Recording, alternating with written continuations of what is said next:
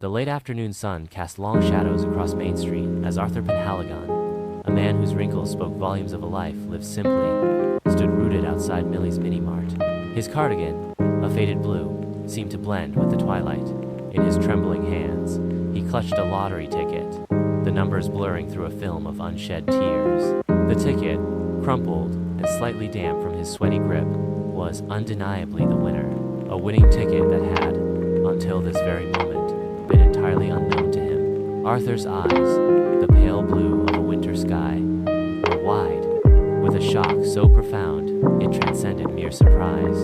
It was the look of a man staring into the abyss of his own unexpected destiny. He hadn't even remembered buying the ticket.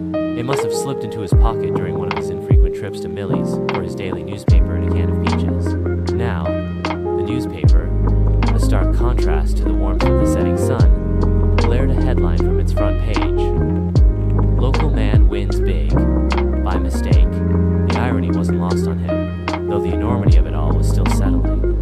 Around him, a small crowd had gathered, their faces a mixture of astonishment and delight. They cheered, clapping him on the back, their voices a cheerful cacophony that felt both foreign and strangely comforting. Millie herself, her face beaming, stood behind the counter, a grin stretching her cheeks until they almost disappeared. She kept repeating, "Arthur, Arthur, you've won." But the words seemed to echo in a space far removed from his reality. Arthur, a man who had spent his life meticulously budgeting his meager pension, a man who had never owned anything more extravagant than his worn armchair, was now suddenly, unexpectedly, wealthy.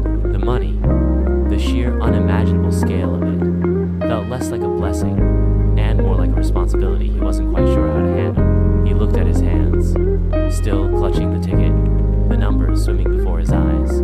He felt a dizzying mix of emotions, disbelief of course, but also a profound sense of unease. The small-town life he knew, the quiet rhythm of his days, seemed on the verge of being irrevocably altered. His simple life, a life he had cherished for its predictability, was about to be turned upside down. He wasn't sure if he was ready for such a dramatic change. The warm light of the street lamps seemed to mock his internal turmoil, highlighting the stark contrast between the joyful chaos around him and the bewilderment within. The cheerful celebration felt distant, a soundtrack to a movie he wasn't sure he wanted to be a part of.